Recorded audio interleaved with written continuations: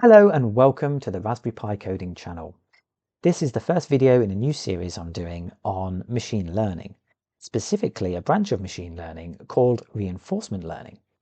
And I've called this series Humans versus AI because the end objective is to create an online computer game where human beings can log in and play against AI opponents. And we're going to train the AI opponents as part of this video series. So that's the idea. I will try to make every video I record on this new series less than 50 minutes long so that they're punchy and short, and I'll try not to ramble. I'll get to the point, except for this first video where I'm introducing everything, which might be a little bit rambly. The first thing I'll say before moving on to the rest of this is that if you are familiar with my channel and you've seen my videos before, these are going to be a little less structured because I don't really have the time like I used to create scripts and to prepare videos. I also get interrupted every 3 minutes by children, so it'll be done on a best case basis. Even that's not the right term, is it? Best efforts basis, there we go.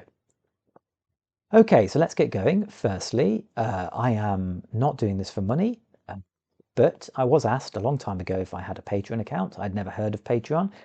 I created one, and this is the link to it. So if you would like to contribute to my work, this is where you can go to become a patron.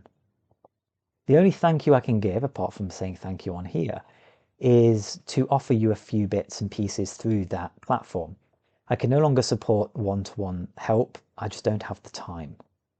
But what I can offer is access to code that you see in the videos. So if you're a patron of mine, you will have access to the code and you can copy and paste it out of there.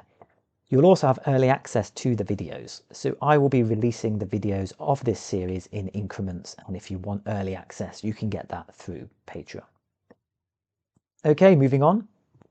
So as I mentioned, this video is the introduction video only. We won't be getting onto the coding, but it's very important if you want to follow this series to cover off these slides because we're going to be talking about the objective here and the principles of reinforcement learning. So here we go. So first off, you have to excuse me, I've got a sore throat as well, which isn't helping. First off, a very brief introduction to reinforcement learning is going to be covered off, in particular something called PPO, which stands for Proximal Policy Optimization. I will add actually, before I move on, I won't be going through the maths of reinforcement learning. Machine learning is all about calculus, and it is interesting, but I won't be going into the details here. The point of this is to apply the machine learning, not know exactly what it's doing right down to the level of the, things like the activation functions and the policies. We're going to stay a level above that to keep this a practical series. The next thing we're going to do after a brief introduction is we're going to create a prototype game environment. And I've chosen something called Python Arcade for that. Now, here's why. You may or may not know that generally speaking, not universally, but generally speaking, Python is the language of data science and machine learning. So using Python for the game environment also makes a lot of sense because we can train the machine learning in the same programming language as we can create a game environment. So I'll be using Python Arcade. Arcade is the library which we're going to leverage to create this game environment very rapidly. And I do emphasize prototype. It'll be very, very simple. Then we're going to play the game as a human just to get a feeling for the point of it and what it looks like. And then we're going to train an AI to play the game instead of us. Spoiler, it will probably beat you or me or anybody playing it to start with until the game gets much more complicated. And then we're going to improve the game and the model and use something called free play, which is very interesting. And I think you'll find that quite enlightening as we go, to make the game more complex, to make it harder for the AI to play, to give us humans a bit of a chance. And as I mentioned, eventually via a Raspberry Pi, we're going to make the game available live, humans versus AI, so you can just log in and have a go. So here's a sneaky peek of what you're going to see in this series. So this is an early copy of the rendering of the game. It is very simple. It's a grid. The grid size can change. The yellow squares are energy that the player has to collect in the very first iteration of this game. So it will be much more complicated than this eventually. The yellow dot is the player, the green square is the energy, and this has been taken. I took a video of the activity of training, which you'll see in a later video when we get to it. But what you're seeing here is the process that we're going to be following. This is the machine trying to learn the game. So reinforcement learning is all about the machine being rewarded for taking affirmative actions towards an objective. And it has to trial its environment in order to do that. So what you were seeing there is the machine playing the game to try to learn what it should do through example. What we're going to do at some point is create something called a reward structure to tell the player, the agent, how to play the game. But we'll get to all of that. Point is, that was very messy. It didn't work very well. It's supposed to be collecting these energies, but it didn't do it at all. It only collected one. I think that was largely by accident. So if we go to the next slide, we'll see what it should do. If I just go to the next one, press play, this is what will happen, hopefully, if you get it right, we get it right, I should say, when we've trained it. This is the player being controlled by a machine, going to the energy and collecting it. This is still the training loop. So this is actually training it as it goes. What you can't see behind the scenes is the reward shaping, which is an algorithm which defines what the player sees, essentially, how it gets rewarded for what it's doing. But behind the scenes, it is being rewarded, and this is part of the training loop. And it's going around and it's actually doing very well, so it'll be collecting rewards left, right, and center here. So that's what it's showing, and this is where we're going to get to probably by around video 10. I haven't recorded them at this point, but I'm expecting it to be around video 10, that we get the first successful model that begins to show some sign of intelligence within its own game environment. And then we're going to make it much more complex as we go. So that gives you an idea of what we're hoping to achieve. Okay, moving on then. So I did say we'd have a very brief introduction to reinforcement learning, which is what has enabled what you just saw on the screen before. I've stolen this image from Wikipedia. So I do say that because I assume it's license free. It is not the best example, but it does offer a basic framework to describe reinforcement learning. So you have an agent who is, in our case, a player. That player exists in an environment. So in our case, I'll just move on here so you can see it. Our environment is a grid, in this case, of 20 by 20 grid cells, in which there is a player and he has a coordinate, he or she has a coordinate, and there's a series of energy points that the player must collect. And they have coordinates. That's it. That's the universe in which this player or this agent exists. So that's called the environment. And the agent, in our case, is a point on this grid. And that's the agent, okay? The agent has to make a decision in each turn about what to do. It can't just sit still. In my game, it has to move either up, down, left, or right. That's the action it needs to make. And by doing so, it's going to affect the environment, because the environment has, from his point of view or her point of view, the agent's point of view, it has changed. Now, the environment has changed because its environment is defined by something called state. It's called the state vector. And the state is just everything that this player knows about its universe. So a bit of a spoiler here. How we're going to structure this game in the first instance is this player's state vector is just going to be his or her location, its location. Let's not make this a gender thing. Its location.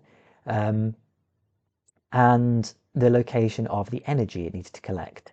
That's its state. That's what it knows. Slightly more complex than that, but that's pretty much it. It's a very short vector of numbers to tell you what grid cell these items are in. That's what refers to as the state. Now, if the agent makes an action and moves in one of these 4 directions, then it's changing its state. It's changing its state because it itself is moving. So its state has changed. It's got a bit closer or a bit further away from its objective. So its state has changed. The reward part is how we train the neural network or the convolutional neural network that's sitting inside the what's called the policy, which makes up the policy, I should say, which we won't talk about too much here. But the point is there is a neural network somewhere, and we reward the agent if it does what we want it to do. So in our case, we want it to move towards an energy cell and to consume it and then move on to the next one. So we want to create a reward structure using something called reward shaping, which is just a terminology for writing an algorithm that suits our purposes. to make the player move towards and to collect the energy. And we iterate and iterate. So the player moves, it gets a reward for making that move or a penalty, and then its environment changes and it goes round and round and round. So the idea being you're then training the weights of a neural network, which is inside the reinforcement learning algorithm. You're training the weights to learn the optimum strategy, the optimum output, which are just up, down, left or right movements that will yield the maximum reward. That's the principle. So it's reinforcement for a reason. You're reinforcing positive behavior, like training an animal. So the agent is like a very, very daft dog in a sense, and you're giving it treats as it goes and does what you want it to do. But in this case, our dog can only see about 8 numbers or something. That's its entire universe. It doesn't even know it's on a grid. So that's a very brief introduction into reinforcement learning. As I said, there's a neural network in there with weights, like there is in most or almost all machine learning applications. We're training the weights to map the input to the output, where the input is the state, which is the location of everything, including the player, and the output is the action. And we just iterate and reward, and the objective is to make the agent take an action with maximum reward. That's the idea. That's a bit of a blast through it, but hopefully that kind of makes sense. If you've never heard about this sort of thing before, or machine learning, some of that might not have made sense. If I were you, I'd look up the basics of machine learning. Supervised learning in particular is quite interesting, and to get the idea of what's going on here. But that's the principle.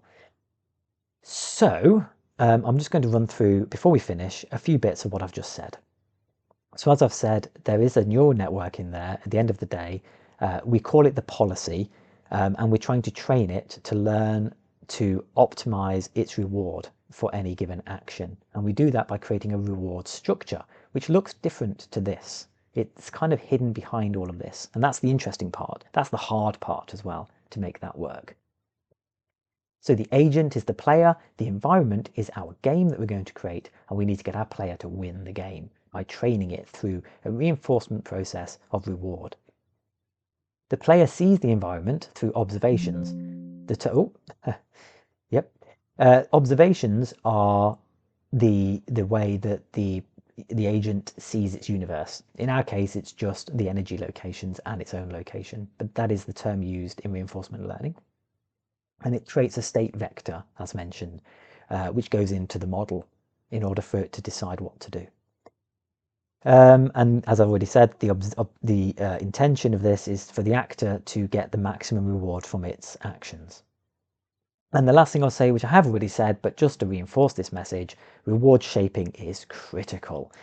If you do this on your own, and I suggest you do, it's great fun, you'll find it very frustrating, as I have in the past, to get it to work. And 9 times out of 10, it's because of the rewards shaping, not really being fit for purpose. As a human, it's very hard to put yourself in the position and the limited scope of the agent to do it justice. And you have to work quite hard at creating a reward structure that really works for what you're really asking it to do. You have to really question, what is it I really want this agent to do? And we'll get to all of this in due course. Anyway, that's it for this video. I do want to try and keep them brief. In the next video, we're going to set up our environment and we're going to get going creating the basis of our computer game environment in which we're going to train our machine learning model. Okay, I hope to see you there. Thank you for watching, and I'll see you in the next video.